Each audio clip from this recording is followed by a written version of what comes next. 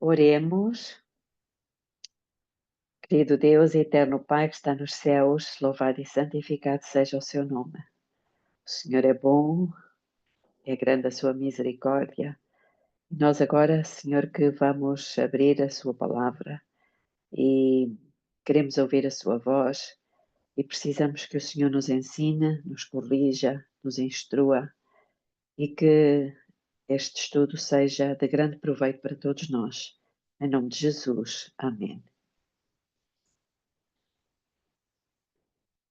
Amém. Eu estava aqui à procura porque há uma amiga minha que eu inscrevi e ela diz-me que não está conseguindo entrar.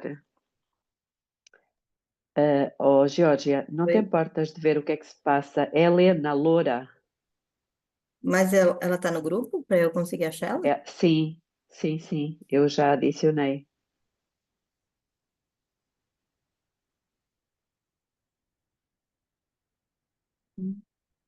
Como é que é o nome dela? Ou, qual, Lena Loira. ou os últimos 4 números é melhor? Queres que eu veja aqui os últimos 4 números? Olha, eu coloquei lá no grupo Canaã o link para entrar agora. Eu coloquei agora lá. Se ela entrar lá e clicar, ela deve entrar. Mas deixa só ver aqui. Ela diz que não está a conseguir abrir. Jorge, eu acho que não vale a pena estarmos a gravar isto. Não sei. É verdade, peraí.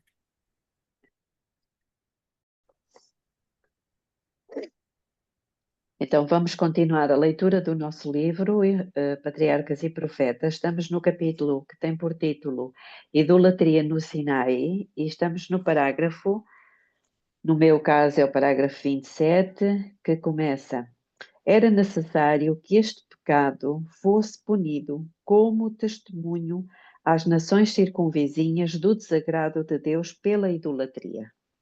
Executando justiça sobre os criminosos, Moisés, como instrumento de Deus, devia deixar registado um protesto solene e público contra o seu delito. Quando os israelitas devessem, dali em diante, condenar a idolatria nas tribos vizinhas, os seus inimigos lhes lançariam a acusação de que o povo que pretendia ter a Jeová como seu Deus fizera um bezerro e o adorara em Horebe. Então nós estamos a ver aqui a necessidade, por vezes, de Deus punir para que, no futuro, não viesse o povo de Deus a ser acusado dos mesmos pecados que condenava nos outros. Então, compelidos, embora a reconhecer a infeliz verdade, Israel poderia indicar a sorte terrível dos transgressores como prova de que o seu pecado não fora sancionado ou desculpado. O amor, não menos que a justiça, exigia que, para este pecado, fosse infligido o juízo. Então, este é um pecado altamente grave. É muito grave. O amor, não menos que a justiça, exigia que este pecado fosse infligido o juízo.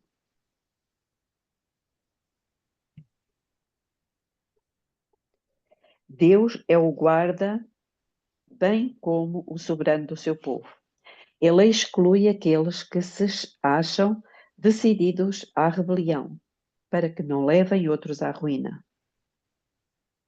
Deus exclui aqueles que se acham decididos à rebelião, para que não levem outros à ruína.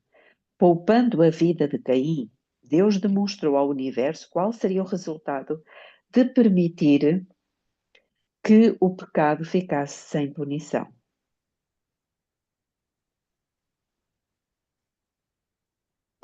A influência exercida sobre os seus descendentes por sua vida e ensino determinou o estado de corrupção que exigiu a destruição do mundo inteiro pelo dilúvio.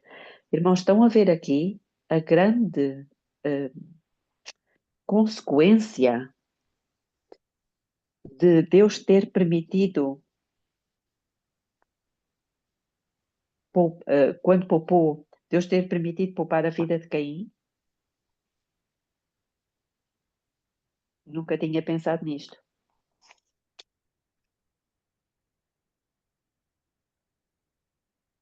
Estão a conseguir entender? Isso responde à pergunta, especialmente dos jovens, das crianças, né? Que se Deus é onisciente, sabia que Satanás ia pecar, por que que ele permitiu que ele vivesse e que fosse tentar os outros mundos? Sim.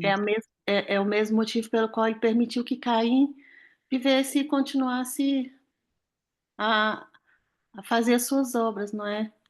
Deus precisava provar que as acusações de Satanás contra ele eram falsas. E também que o É, pecado do criado levaria à situação que o mundo está, não é? Na maior loucura, na maior degradação. sim, e não só. Eu vejo aqui que, pelo final, os mundos e o universo todo vai ver, não é, o resultado do pecado.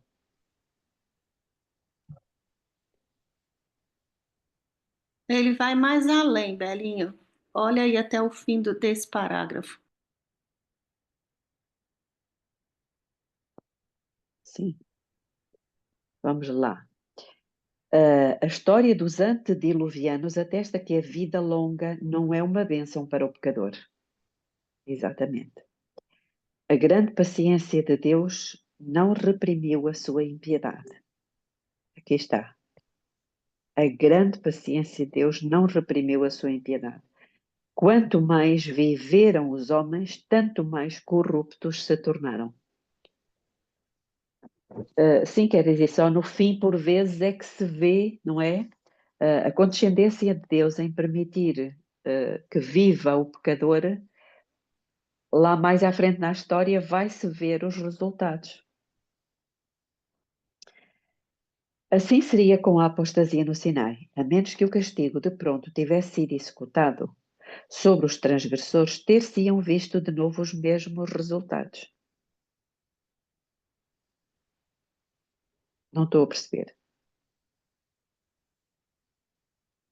Se Deus não tivesse feito aquele juízo no Sinai, quando eles adoraram o bezerro de ouro, ia voltar tudo a ser como na altura antes do dilúvio. Sim, sim, sim.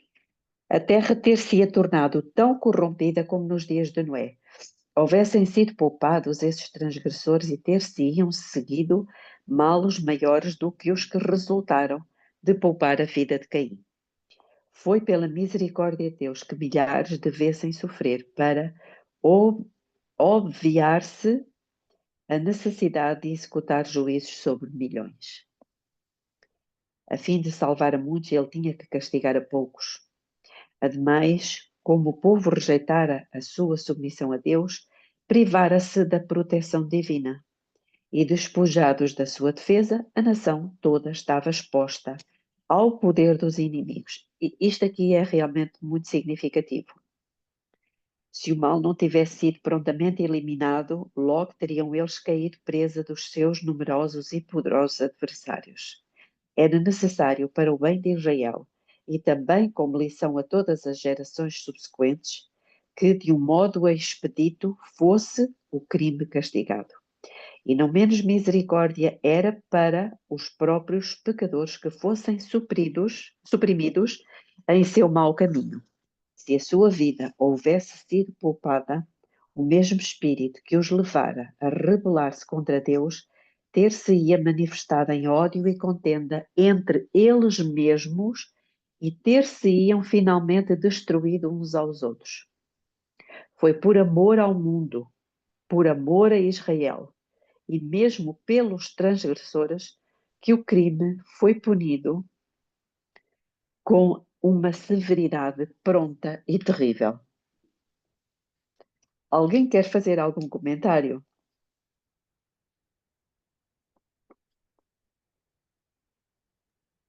Se Deus não punisse, não exterminasse esse povo, o que seria esse mundo? Aí acho que teria até, nem sei se justo existiria, porque os ímpios, que nem antediluviano, esse povo que foram acabados nas guerras que Deus mandava Israel acabar com aquele povo que vinha contra o povo de Deus também, seria assim um mundo mais perverso ainda se não viesse a acabar com esse povo, que seria as gerações deles, né? Iria ter muito mais pessoas no mundo do mal do que, né? Seria pior. Sim, Eu queria, nós já vimos. Sim, diz. eu queria comentar que até os juízos de Deus são para nossa salvação. É, Deus teve que tirar Adão e Eva do Éden para que o mal não fosse eterno, não fosse perpetuado, porque eles iam continuar a se alimentar do fruto da vida, não é? sim. E Deus permitiu, aqui atrás tem um a Ellen White escreve sobre isso, que depois do dilúvio, Deus permitiu que o homem começasse a se alimentar de carne para reduzir o tempo de O vida tempo dessa de pessoa. vida. E assim Uhum, reduzir também a maldade e a iniquidade, sim. não é? Ah, Então, diz, Belly. não, podes concluir. Eu ia concluir dizendo isso, né? Que então, até os juízos de Deus são para nossa salvação, por isso que a Bíblia diz em tudo dai graças. Porque muitas vezes as coisas ruins nos sobrevêm, nada nos sobrevém se é que Deus não permite. E se Ele está permitindo, Uhum, é para nos salvar, é para que a gente possa compreender da nossa necessidade de perdão, é para que a gente possa compreender o nosso pecado, porque ninguém vai a Deus quando está na boa vida, né? Infelizmente, são as nossas provas que nos fazem ter contrição de coração e rever as nossas ações e a nossa caminhada com Deus. E a morte sim. deles é até a misericórdia de Deus porque uma pessoa que ela não tem como mudar ela. Então ela também não fica parada, neutra, sem fazer nem o mal nem o bem. Então ela está sendo usada pelo inimigo e não há paz nela. Não há felicidade, não tem graça a vida dela, porque ela está constantemente fazendo mal. E aí, quando ela morre, até a misericórdia de Deus foi por ela. Sim, isso faz-me lembrar aqui Atos dos Apóstolos, capítulo 17, versículo 26 e 27, que diz: E de um só fez todas as raças dos homens, para habitarem sobre a face da terra, sobre toda a face da terra, determinando-lhes os tempos já dantes ordenados e os limites da sua habitação, para quê? Para que buscassem a Deus. Se porventura tateando pudessem achar, o qual todavia não está longe de cada um de nós. Ou seja, Deus permite um determinado tempo, quer seja a pessoas individuais, quer seja a povos ou nações, para quê? Para que busquem a Deus. O que significa que se os povos ou se as pessoas chegam a uma altura em que realmente rejeitam a Deus e não o procuram e o rejeitam completamente, apesar da Bíblia dizer que ele não está longe, não é? Faz algum sentido essa pessoa ou esse povo ou essa nação permanecer sobre a terra? Não faz Claro sentido. que não. Não faz. Não faz sentido porque ele diz aqui, não é? Ele estabeleceu, determinou-lhes os tempos para que buscassem a Deus. Não buscando a Deus, e isto nós vemos ao longo da história nós vemos isso. As nações, Deus foi permitindo que elas existissem não é? Lembram-se o que é que Deus diz lá a Abraão, que ele iria entrar numa terra prometida, mas ele depois também diz, não iria ser já porque a medida da iniquidade dos amorreus ainda não estava cheia. Ou seja, eles não tinham atingido aquele ponto do não retorno. E quando esse ponto foi atingido, o que é que aconteceu? Deus, a terra os vomitou. Diz a Bíblia que a terra os vomitou. Não fazia mais sentido eles permanecerem lá. Estão todos com as câmaras fechadas, sinto-me aqui muito sozinha. Desculpa, Belinha. Mas não estás, Belinha, não estás, é que eu não posso abrir. Ok. Vai ali a poder, hein? Então, a mesma coisa foi acontecendo depois. O povo de Israel, a terra vomitou os cananeus. O povo de Israel estabeleceu-se em Canaã. A mesma lei valia para os judeus. Quando os judeus atingiram aquele ponto, o que é que aconteceu? Vieram os babilónios e expulsaram-nos dali, levaram-nos cativos. Porque Deus queria sarar Babilônia. O que é que aconteceu quando Babilônia, e nós sabemos que Babilônia não se quis salvar, dizem Jeremias, mas ela não quer salvar-se. Mas enquanto houvesse lá alguém que quisesse realmente buscar o Senhor, Deus permitiu que ela existisse. Quem é que quis buscar o Senhor? Nabucodonosor. Enquanto ele lá estava, Deus permitiu que ela permanecesse. Depois veio o filho, veio o neto, e o neto o que é que fez? Atingiu o limite. Ao atingir o limite, quem é que veio? Veio os persas e expulsam e vencem a Babilônia. E assim por diante, até que chegamos ao momento, não é, em que Deus diz, isto para não perdermos aqui mais tempo, poderíamos continuar, em que Deus diz, estou a ponto de vomitar-te da minha boca. E diz isso para quem? Para Laodiceia. Ou seja, nós temos que ter muito cuidado, porque a palavra de Deus, ela se cumpre. Não é só nos egípcios. Não é só na Babilônia, Pérsia, Grécia, Roma. Não, não. Também vai se cumprir conosco. Então, cuidado. Não é? Cuidado com a Igreja Adventista, estou a falar deste povo, porque Deus não tem duas palavras, Deus não muda. E a regra que se aplica a um, aplica-se aos outros. Isto é muito sério, esta expressão de Deus, estou a ponto de vomitar da minha boca, não é? É a mesma coisa que aconteceu com os cananeus. Diz em Levítico que a terra os vomitou. Pronto, não sei se alguém quer dizer alguma coisa. Muito bem. Apercebendo-se o povo da enormidade da sua falta, o terror invadiu todo o arraial. Receava-se que todos os culpados devessem ser extirpados. Compadecido da angústia deles, Moisés prometeu mais uma vez pleitear com Deus em seu favor. Olha, eu vejo aqui a nossa missão, irmãos. Aqueles que não choram, que não se entristecem pelos seus próprios pecados, nem choram pelos pecados dos outros, serão deixados sem o selo de Deus. E o selo de Deus é a proteção das pragas.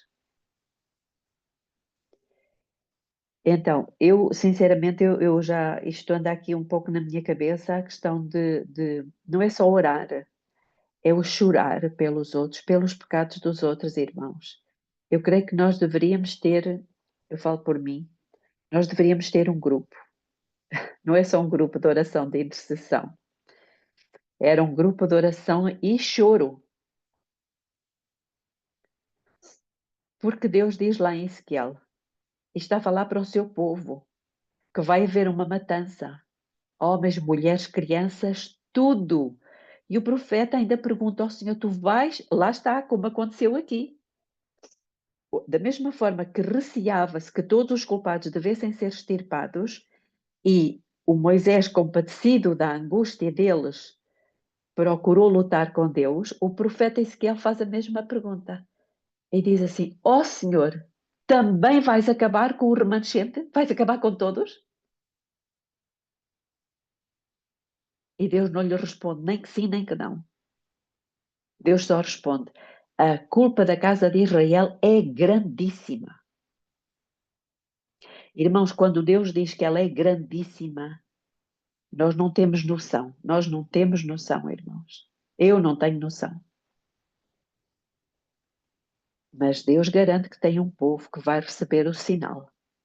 Vai ser selado. Os que gemem e clamam pelos pecados que se cometem dentro da igreja. E por vezes esses pecados são cometidos pela nossa própria família.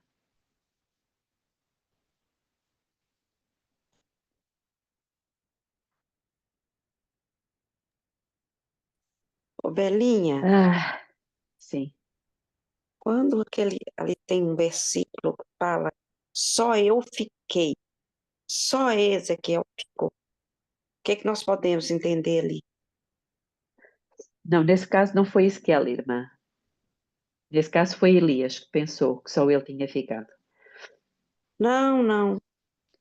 Ali naquele Ezequiel 9, Sim. ali fala, só ele ficou. Não sei se é o 9, acho que é o versículo 9. Ele diz essas palavras? Uhum. Depois que os Nunca. intendentes passaram e assinalaram, mesmo assinalando, Sim. tem um versículo que fala ali que só ele ficou. E diz que ficando eu sozinho. Sozinho porque a visão acabou. Ficando eu sozinho, caí com o rosto em terra e clamei e disse, Senhor Deus. Agora é que ele fala. Quando diz ficando eu sozinho, não é que fosse ele a falar, percebe, irmã? É a descrição do que aconteceu. Acabou a visão e ele ficou sozinho. E aí ele clamou e disse, Senhor Deus, destruirás todo o restante de Israel, derramando a tua indignação sobre Jerusalém? E Deus respondeu, a culpa da casa de Israel e de Judá é grandíssima. A terra está cheia de sangue e a cidade cheia de injustiça. Pois eles dizem, o Senhor abandonou a terra, o Senhor não vê. Também quanto a mim não pouparei, nem me compadecerei. Sobre a cabeça deles farei recair o seu caminho. Ou seja, Deus iria permitir que aquilo, bem-vindo, Helena, estava difícil. Finalmente. Até estou com dor de cabeça agora. Coitada. Mas foi no Pronto. telemóvel, não no PC. No PC, depois eu vejo mais tarde. Ok. Então, Deus permitiu que o mal que eles estavam a fazer, no caso aqui somos nós, recaísse sobre nós mesmos. Mas o que eu quero salientar aqui não é isso. O que eu quero salientar aqui é um grupo de pessoas, e eu quero fazer parte desse grupo de pessoas que gemem, que choram pelos pecados dos outros que podem ser dos maridos, das esposas, dos filhos, dos netos, dos primos, das cunhadas. Percebem, irmãos? Eu creio que está muito a tempo disso. Então, voltamos aqui. Nós estamos a ler Patriarcas e Profetas, Helena. Não sei se tens aí, só para te situar. Helena, tenho. Por Pronto, acaso tenho, mas agora não tenho aqui. Tenho ali agora vai ser difícil procurá-lo. Tenho ali na estante. Pronto, não faz mal. Até Mas tenho. então, ficas só a ouvir agora. Diz aqui que compadecido da angústia deles, Moisés prometeu mais uma vez pleitear com Deus em seu favor. Vós pecastes grande pecado, disse ele. Agora, porém, subirei ao Senhor. Porventura farei propiciação por vosso pecado. Ele foi e em sua confissão diante de Deus disse, ora, Este povo pecou pecado grande, fazendo para si deuses de ouro. Agora, pois, perdoa o seu pecado, senão risca-me. Peço-te do teu livro que tens escrito. Queres dizer alguma coisa, Iapo?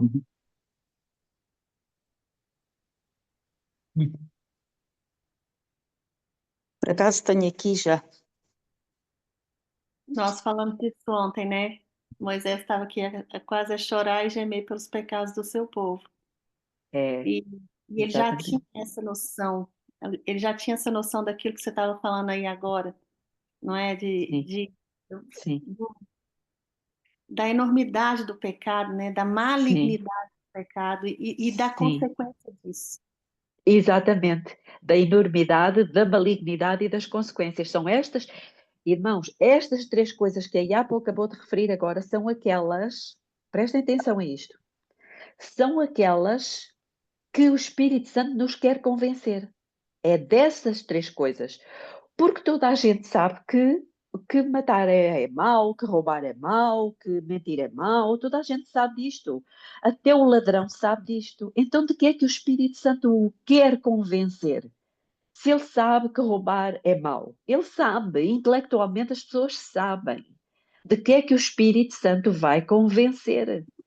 Precisamente destas três coisas: da enormidade, da malignidade, porque o pecado é maligno, seja ele qual for, e das consequências do pecado, irmãos. É disto que as pessoas não estão conscientes. E quando eu digo as pessoas, eu falo inclusivamente dos adventistas. Não estão conscientes. Porque o pecado banalizou-se de tal forma, normalizou, é a norma da sociedade, é o pecado. Ninguém vê mal nenhum em mentir, em esconder a verdade, em, enfim, em tantas coisas. Ninguém vê mal. Porquê? Porque o Espírito Santo ainda não conseguiu, porque nós temos um coração duro. Duro, irmãos, muito duro. Ainda ontem falava isso com a minha neta. Nós temos dificuldade em perdoar, porquê? Porque o nosso coração é de pedra. E eu dizia-lhe, quando nós reconhecemos isto, e nós reconhecemos que não conseguimos mudar, porque nós não conseguimos fazer uma cirurgia, não é? De peito aberto, um transplante de coração, ninguém consegue. E ainda que conseguíssemos, nós estávamos a transplantar um coração duro por outro duro, porque todos são duros. Então, uma vez que nós reconhecemos isso, a única saída é qual? Senhor, Ezequiel 36, 26. Tira de mim o coração de pedra, coloca em mim um coração de carne. É isto que o Espírito Santo nos quer convencer disto. E aquele que vive reclamando esta promessa, e esse vai viver pela fé e vai ser justificado. Percebem, irmãos? Então, toda esta sequência que nós estamos aqui a ver, ela foi vista Em que página? Desculpa. é assim, é no capítulo 28, Idolatria no Sinai. 28. Nós já Ok, estamos pronto. no É que eu já parágrafo encontrei o livro. 31. Pronto. Hum. Então, irmãos, se temos que orar por alguém que precise de ser convencido do seu estado, porque, irmãos, eu reparo que ultimamente as pessoas, elas fazem o mal e não sentem que é mal. E ainda Não sentem que justificam é o que estão mal. fazendo. Roberto, Exato. já está. Eu vou voltar de novo no livro Fontes Vivas, Cisternas Rotas. Sim, Satanás tirou de nós a consciência da sim, malignidade do pecado. sim, Para sim. quê? Para que a malignidade do pecado recaia sobre nós também e não fique Exatamente.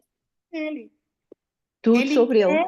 ele quer mostrar para o mundo quem é que são aqueles que foram criados à imagem e semelhança de Deus, que tem na mente daqueles que tinham a mente de Cristo. Sim, É inverter completamente a criação. Por isso que a sim, redenção, o plano da redenção é a recriação do homem. então, sim, exatamente. E é isso que vai, É nos devolver aquilo que nos foi tirado. É aquilo que nos sim, foi roubado. exatamente, e é vindicar o caráter de Deus. É Deus mostrar, estão a ver como eu sou justo, apesar de ele ter borrado a pintura, estragado tudo, eu repus novamente a paz, repus novamente a alegria, a felicidade.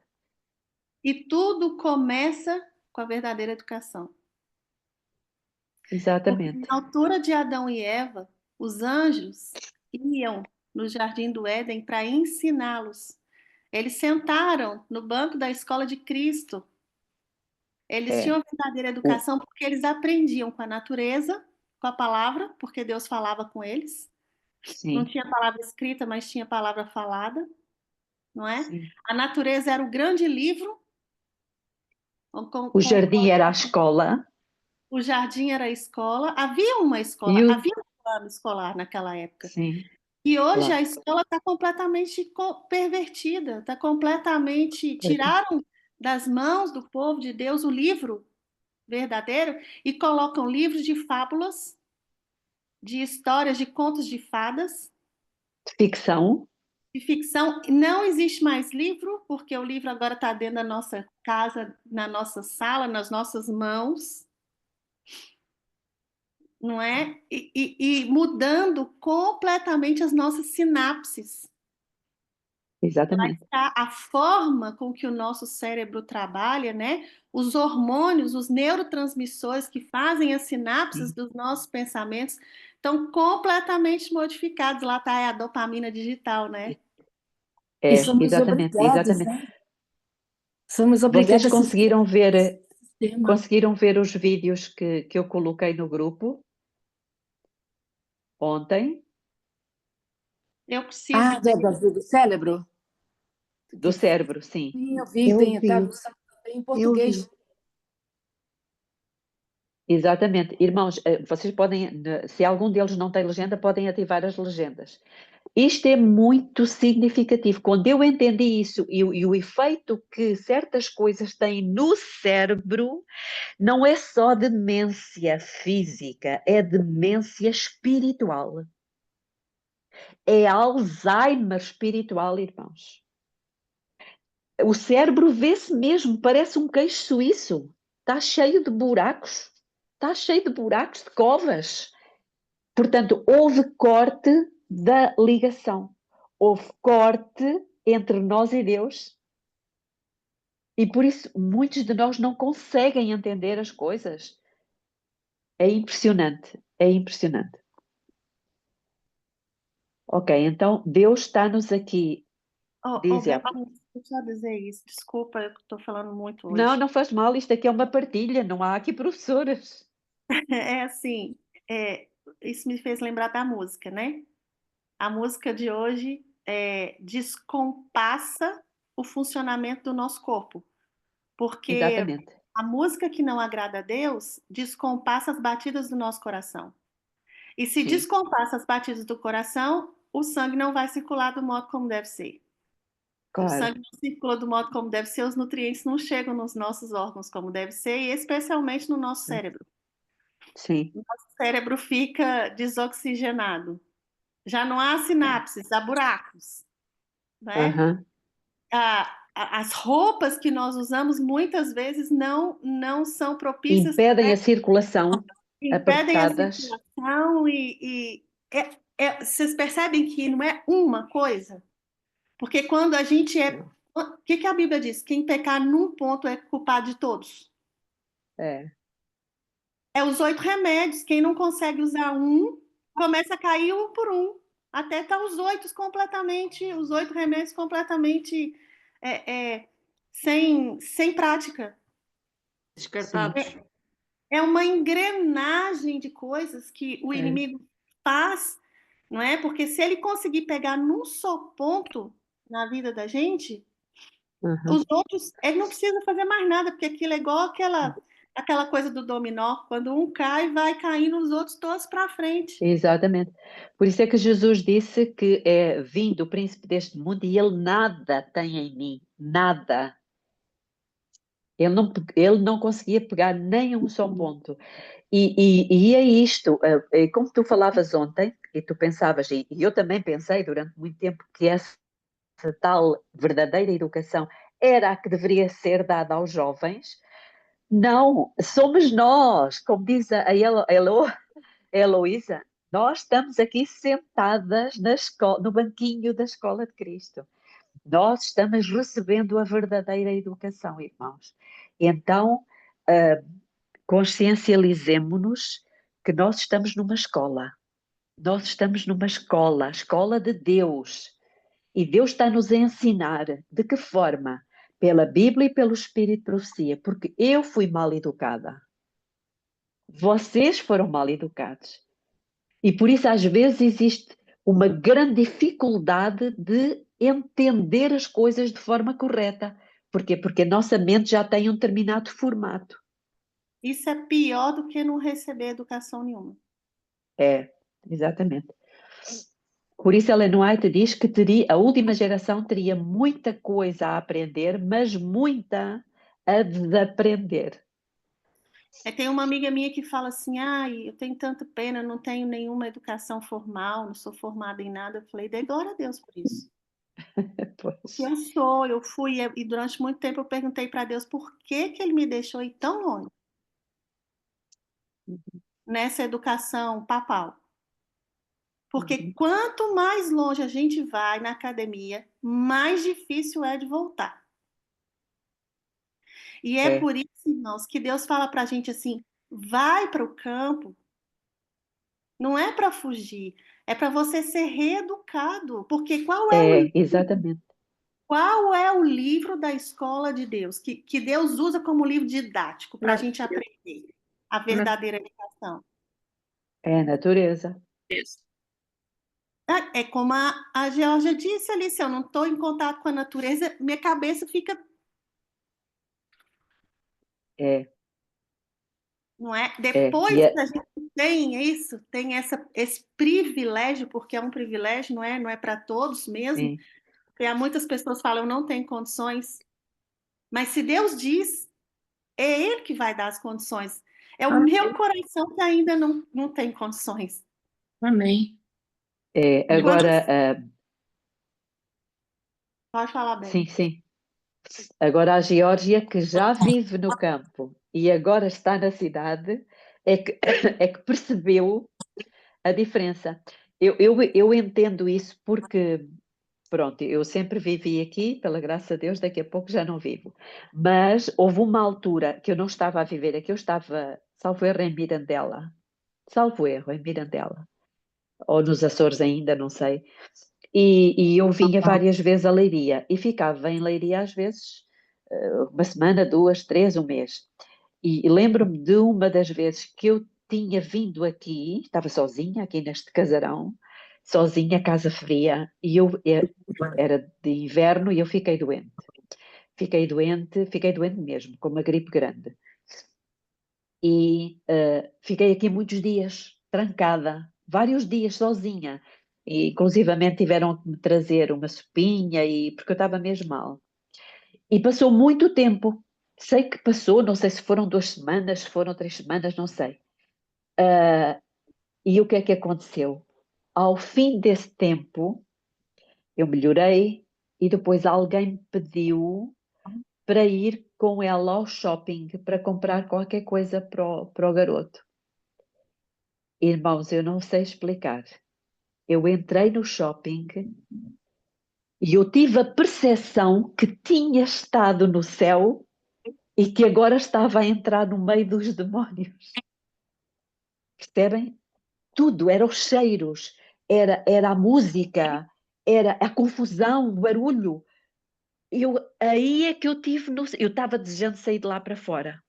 Porque eu tinha estado aqui realmente num deserto, aqui sozinha dentro de casa, e quando eu entrei no shopping, eu tive uma sensação muito má.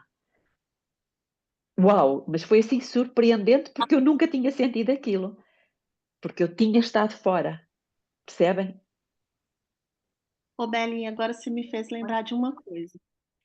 Agora Eu não entendes sei o que é como que a é gente. que é.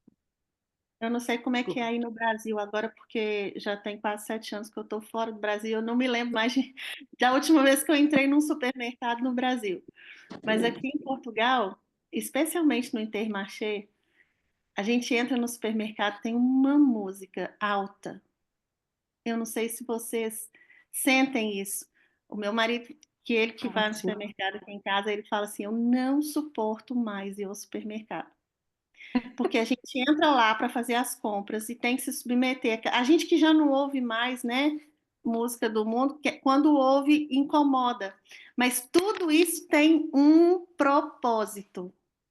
Sim, A música, a música alta, primeiramente, né? Não é uma música sim. de fundo. Você ouve mais a música do que as pessoas que estão à volta. A música alta e o estilo de música que é estimula os nossos sentidos para consumir Para mais, comprar. É, Uhum. para comprar. É por Então, isso que no é, shopping tem todo aquele jogo de luz, de barulho. Aquilo não é por acaso que todos os shoppings, com não. exceção de alguns, é tudo fechado. As luzes são artificiais, você não vê uma luz do sol, você Uhum. não vê uma luz natural. O É, barulho da música é para estimular os nossos sentidos, você vê. é. Ninguém vai ao E, shopping e sai de lá sem comprar nada, é muito raro. claro. E há uma coisa que não se vende em nenhum shopping, em nenhum hipermercado. Sabem o que é? Diz. Há uma coisa que nunca se vende: relógios. Não se vende no shopping relógios? Não é no Os, shopping, é no supermercado. Ah, não, no não. supermercado. Não tens relógios. Os shoppings foram propositalmente construídos para que a pessoa não visse a luz do dia, para ela não ter noção da hora, para ela perder a noção do tempo. Às vezes a Claro. pessoa Claro. passou horas lá dentro e nem viu o tempo que passou lá dentro. Já aconteceu com você? Você entra no shopping de dia e quando sai já está de noite? É, Já, infelizmente. Mas há muito tempo atrás, agora que estou aqui já não tenho essa. Já não me acontece isso. é. Pois não, por Então causa vamos disso. avançar. Da música faz mesmo confusão. Vamos avançar um pouquinho mais, está bem? Então, vamos aqui, onde é que nós estávamos? Eu vou repetir o parágrafo. Vós pecastes grande pecado, disse ele. Agora, porém, subirei ao Senhor, porventura farei propiciação por vosso pecado. Ele foi. E em sua confissão diante de Deus disse: Ora, este povo pecou pecado grande, fazendo para si deuses de ouro. Agora, pois, perdoa o seu pecado. E se não, risca-me, peço-te, do teu livro que tens escrito. A resposta foi: aquele que pecar contra mim, a este riscarei eu do meu livro. Vai, pois, agora, conduz este povo para onde te tenho dito. Eis que o meu anjo irá adiante de ti, porém, no dia da minha visitação, visitarei neles o seu pecado. Na oração de Moisés, o nosso espírito é dirigido para os registros celestiais, nos quais estão inscritos os nomes de todos os homens e fielmente registadas as suas ações, quer sejam boas, quer más. O livro da vida contém os nomes. Estão a ver aqui? Uma coisa é o livro de cada pessoa, que contém as ações, quer sejam boas, quer sejam más. E outra coisa é o livro da vida, é apenas um. Enquanto que os livros são muitos, é o livro de cada um de nós, o livro da vida é apenas um e não contém ações. Contém os nomes de todos os que já entraram ao serviço de Deus. Todos. E podem ser pessoas que se vão perder. Então, como é que é o livro da vida?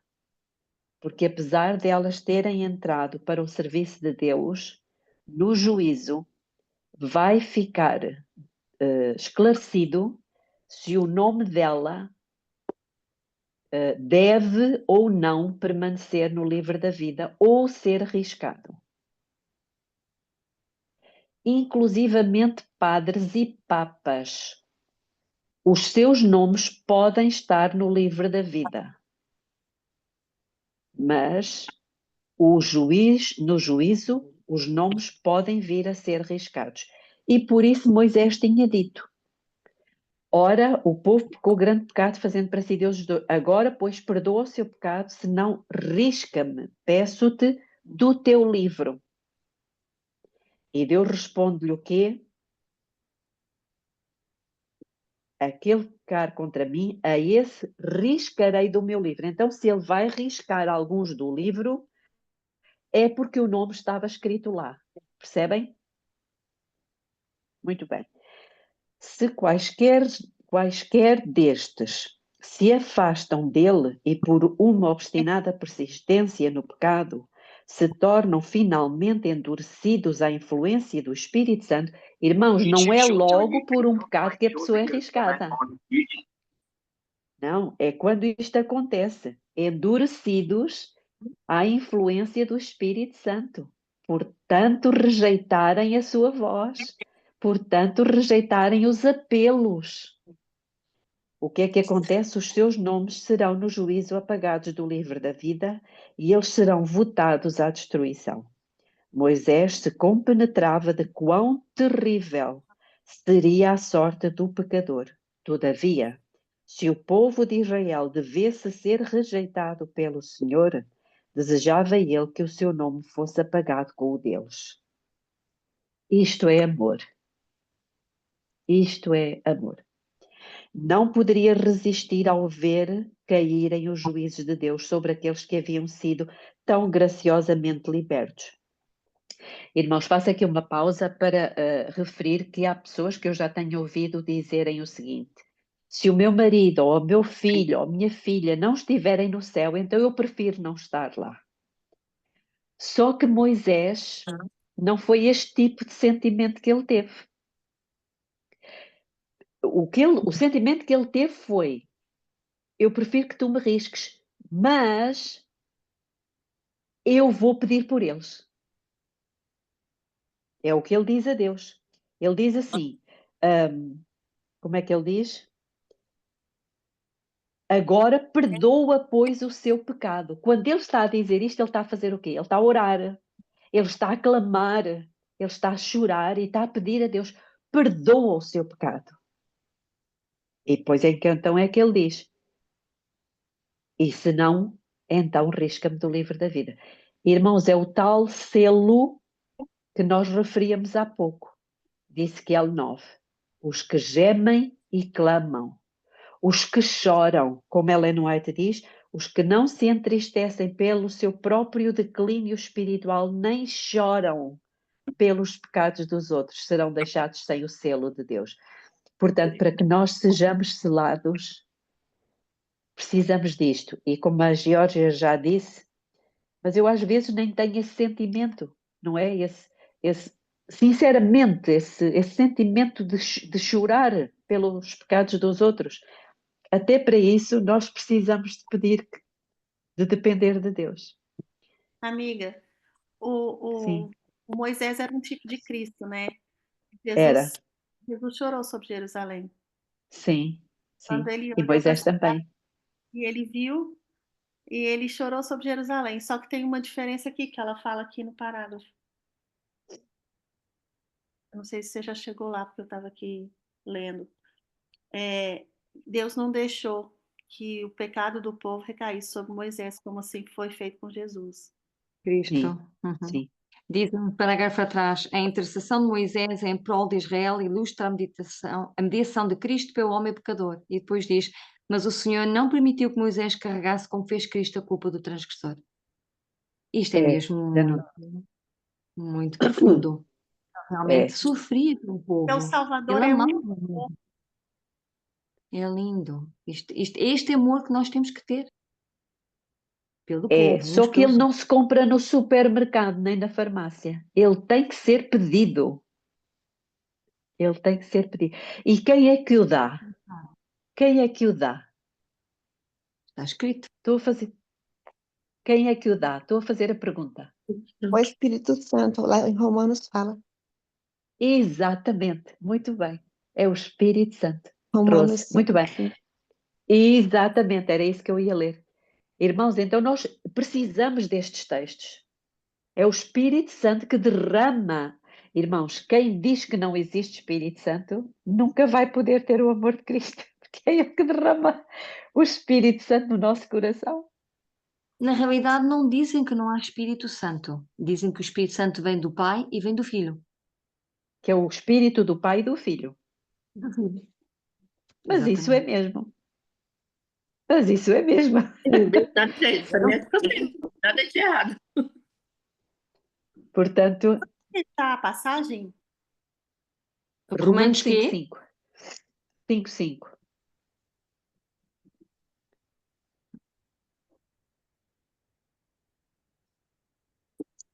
Só mais um pouco. Aquele que pecar contra mim, disse Deus, a este riscarei do meu livro. Com profunda tristeza, o povo sepultou os seus mortos. Eu faço ideia, é muito triste. 3.000 haviam sucumbido pela espada. Logo, uma praga irrompeu no acampamento. E então lhes veio a mensagem: olha, praga, por que é que vão cair as pragas sobre este mundo, irmãos? Porquê? Precisamente por causa deste tipo de coisas.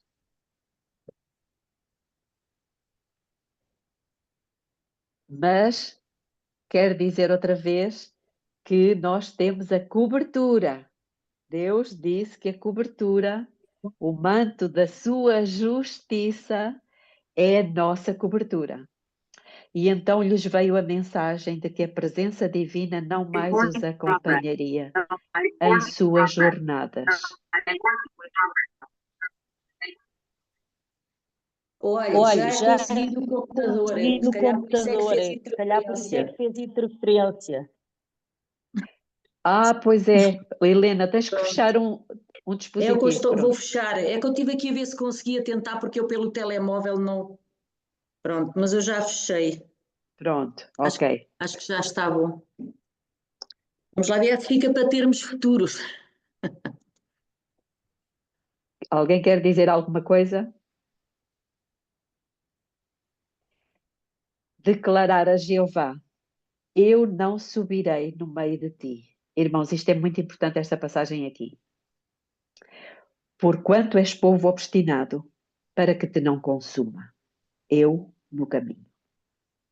E foi dada a ordem: tira de ti os teus atavios, para que eu saiba o que te hei de fazer. Isso encontra-se em Êxodo 33. Houve então lamentação por todo o acampamento.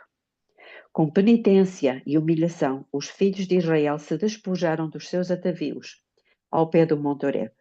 Por instrução divina, a tenda que servira como lugar temporário de culto foi removida longe do arraial.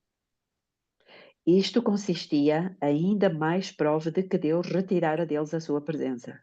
Ele se revelaria a Moisés, mas não a um povo tal. Esta repreensão foi sentida fundamente. Como é que está o vosso? Acho que é profunda. Aqui o meu está errado. E para as multidões feridas na consciência, parecia um prenúncio de grande calamidade. Não tinha o Senhor separado a Moisés do acampamento para que pudesse destruí-los completamente? Não foram, porém, deixados sem esperança. A tenda foi armada fora do arraial, mas Moisés chamou-a de a tenda da congregação. Todos os que estavam verdadeiramente arrependidos e desejavam voltar ao Senhor eram instruídos a dirigirem-se para ali, a fim de confessarem os seus pecados e buscarem a sua misericórdia. Quando regressavam às suas tendas, Moisés entrava na tenda da congregação. Com aflitivo interesse, o povo aguardava algum sinal de que as suas intercessões em prol deles foram aceitas. Se Deus condescendesse em encontrar-se com eles, podiam esperar que não seriam inteiramente consumidos. Quando a coluna de nuvem desceu e ficou à entrada da tenda, o povo chorou de alegria e se levantou e inclinaram-se cada um à porta da sua tenda. Moisés bem conhecia a perversidade e cegueira daqueles que foram postos sob os seus cuidados. Sabia das dificuldades com que devia lutar. Mas tinha aprendido que, a fim de prevalecer com o povo, deveria ter auxílio da parte de Deus. Impetrou uma revelação mais clara da vontade de Deus e uma segurança da sua presença. Eis que tu me dizes, faze subir este povo, porém não me fazes saber a quem hás de enviar comigo. E tu disseste, conheço-te por teu nome, também achaste graça aos meus olhos. Agora, pois, se tenho achado graça aos teus olhos, rogo-te que agora me faças saber o teu caminho, e conhecer-te-ei para que ache graça aos teus olhos. E atenta que esta nação é o teu povo. A resposta de Deus foi: irá a minha presença contigo para te fazer descansar. Moisés, porém, ainda não estava satisfeito. Oprimia-lhe a alma a intuição dos terríveis resultados no caso em que Deus deixasse Israel entregue à dureza e impenitência. Ele não podia admitir que os seus interesses estivessem separados dos seus irmãos e orava para que se restabelecesse o favor de Deus ao seu povo e para que o sinal da sua presença continuasse a guiar as suas jornadas. Então Moisés disse: se a tua presença não for conosco, não nos faças subir daqui. Como, pois, se saberá agora que tenho achado graça aos teus olhos, eu e o teu povo? Acaso não é por andares tu conosco, e separados seremos eu e o teu povo de todo o povo que há sobre a face da terra? E o Senhor disse: farei também isto que tens dito, porquanto achaste graça aos meus olhos, e te conheço por nome. Não deixou ainda o profeta de pleitear. Cada uma das orações havia sido atendida, mas ele estava sedento por maiores indícios do favor de Deus. Fez então um pedido que ser humano algum jamais fizera antes. Rogo-te que me mostres a tua glória. Misericórdia, sim. Como é que Moisés foi subindo de tom, não é, nas orações a Deus pelo povo, ao ponto de ter pedido a Deus para mostrar a sua glória. Deus não censurou o seu pedido como sendo presunçoso, mas foram proferidas as palavras cheias de graça.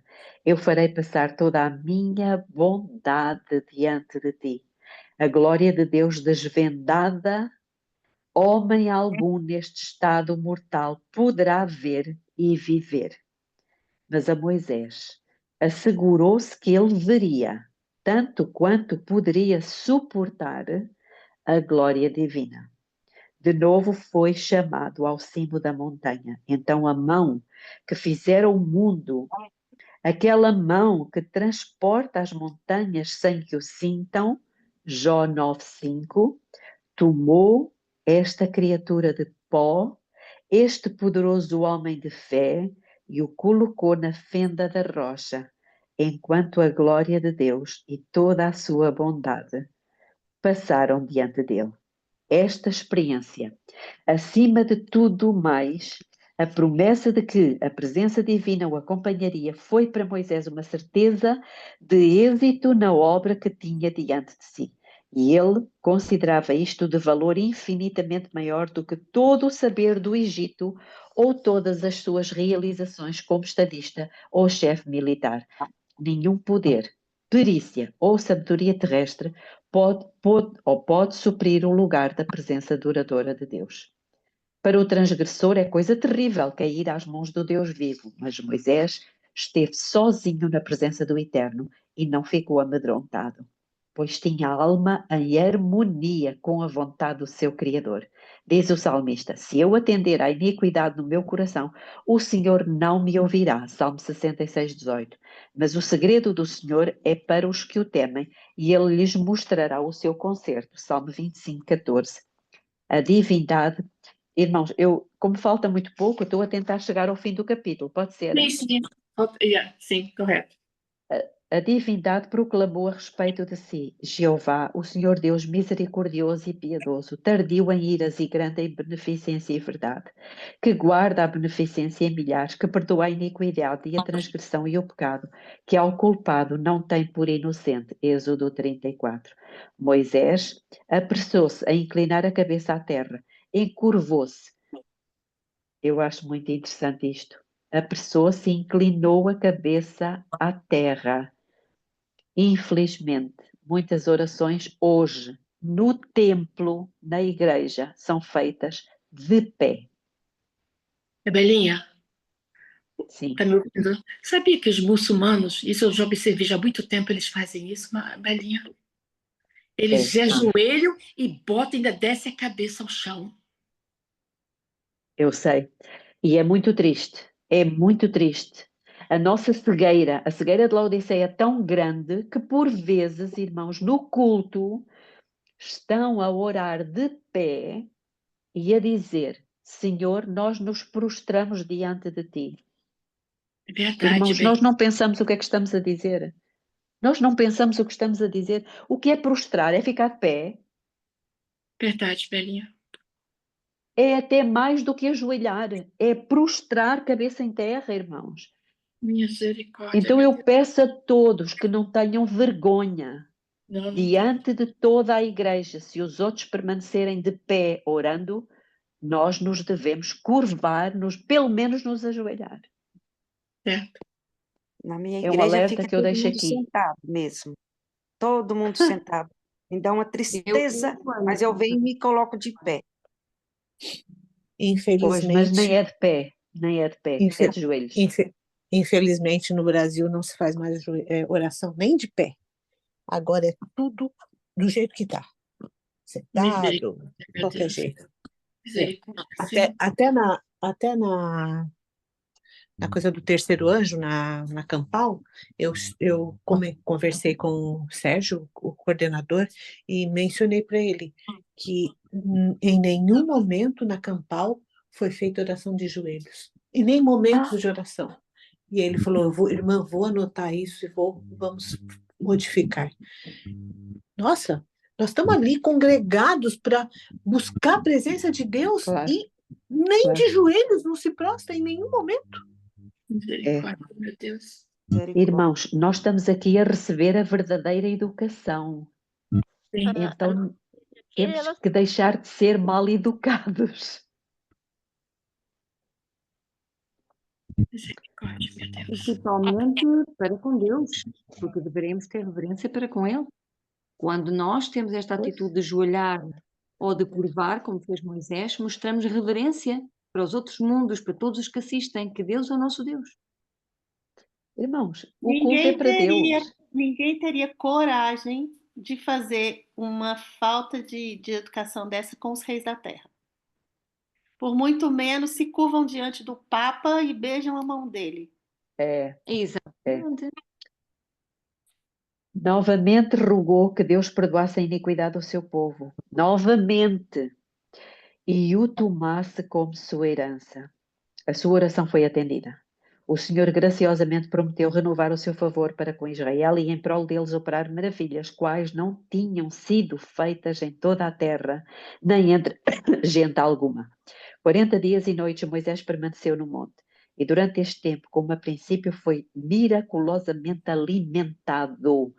Irmãos, ele não levou comida, 40 dias sem levar comida, miraculosamente alimentado. Como Jesus. Bom, como Jesus não. Temos muito receio e andamos a guardar comida, a estocar.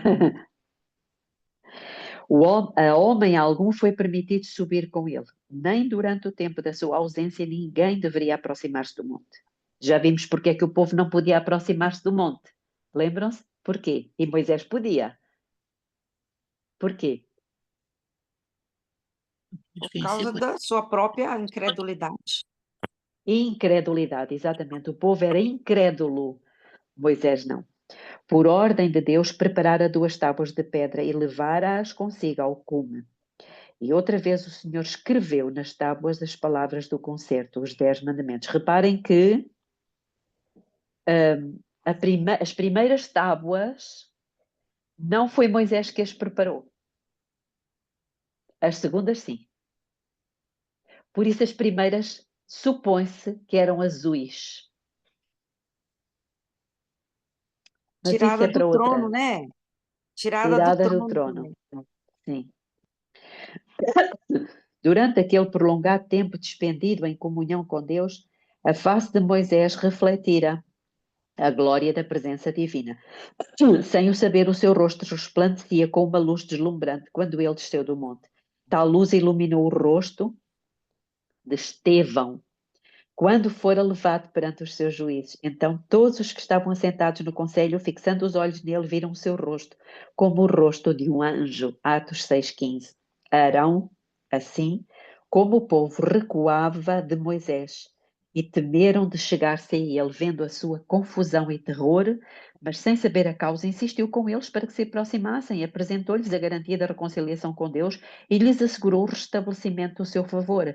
Nada perceberam em sua voz, a não ser amor e solicitude, e finalmente aventurou-se a aproximar-se dele, muito atônito, para que pudesse falar, silenciosamente apontou para o rosto de Moisés e então para o céu. O grande chefe compreendeu o que queriam dizer. Em sua consciente culpabilidade, sentindo-se ainda sob o desagrado divino, não podiam suportar a luz celestial, a qual, se houvessem eles sido obedientes a Deus, tê-los-ia enchido de alegria. O medo acompanha a culpa. A alma que está livre de pecado não deseja esconder-se da luz do céu. Olha, isto é importante. A alma que está livre de pecado não deseja esconder-se da luz do céu. Moisés tinha muito a comunicar-lhes e, compadecendo-se dos seus temores, pôs um véu sobre o rosto e continuou a fazer assim dali em diante, sempre que voltava ao acampamento depois de ter comunhão com Deus. Por esse fulgor era o intuito de Deus impressionar Israel com o caráter sagrado e exaltado da sua lei e a glória do Evangelho revelado por meio de Cristo. Enquanto Moisés estava no monte, Deus apresentou-lhe não somente as tábuas da lei, mas também o plano da salvação. Ele viu que o sacrifício de Cristo era prefigurado por todos os tipos e símbolos da era judaica, e era a luz celestial que fluía do Calvário, não menos que a glória da lei de Deus, que derramava tal fulgor no rosto de Moisés. Estão a ver aqui? Aquela iluminação divina simbolizava a glória da dispensação de que Moisés era o mediador visível, representante do único verdadeiro intercessor. A glória refletida no semblante de Moisés ilustra as bênçãos a serem recebidas pela mediação de Cristo, pelo povo que guarda os mandamentos de Deus. Testifica de que, quanto mais íntima for a nossa união com Deus e mais claro o nosso conhecimento dos seus mandos, tanto mais plenamente nos adaptaremos à divina imagem e mais facilmente nos tornaremos participantes da natureza divina. Moisés era um tipo de Cristo. Como intercessor de Israel, velou o rosto, porque o povo não podia resistir ao ver a glória do mesmo. Assim, Cristo, o mediador divino, velou a sua divindade na humanidade quando veio à terra. Se tivesse vindo revestido do resplendor do céu, não poderia ter obtido acesso aos homens em seu estado pecaminoso. Estes não poderiam suportar a glória da sua presença. Portanto, ele humilhou-se e foi feito em semelhança da carne do pecado, Romanos 8,3, para que pudesse chegar até à raça decaída e levantá-la. Então, a história de Moisés nos revela Cristo e a sua missão. Oremos. Querido Deus, eterno Pai que está nos céus, a sua paciência infinita, a sua longanimidade impressionante. Eu não sei como é que o Senhor tem paciência para suportar este povo, que de uma forma tão presunçosa, soberba e orgulhosa, ousa falar com o Senhor de pé ou até sentados. Eu suplico, Pai, eu suplico que o Senhor, pela sua misericórdia e bondade, venha, através do seu Espírito, fazer uma revelação do seu poder e da sua glória a este povo. Que todos nós tenhamos consciência que estamos na presença de um Deus santo, cuja glória é tão grande, que fulminaria qualquer ser humano. Dê-nos essa consciência, Pai. E que nós, que não somos melhores do que os outros, possamos pelo menos ser um exemplo diante dos nossos irmãos, de uma forma humilde.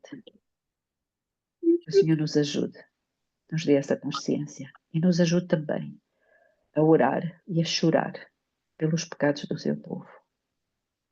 Eu lhe peço humildemente em nome de Jesus. Amém. Amém. Belinha, eu poderia fazer uma pergunta, ignorante talvez da minha parte. Qual é o mesmo significado do nome Moisés? Tirado das águas. Tirado das águas? Sim, tirado das águas. Sim. Como Jesus. Jesus também foi tirado das águas do batismo. Lembram-se de termos estudado isso? Sim. Jesus, ao longo dos livros, é o livro do Êxodo.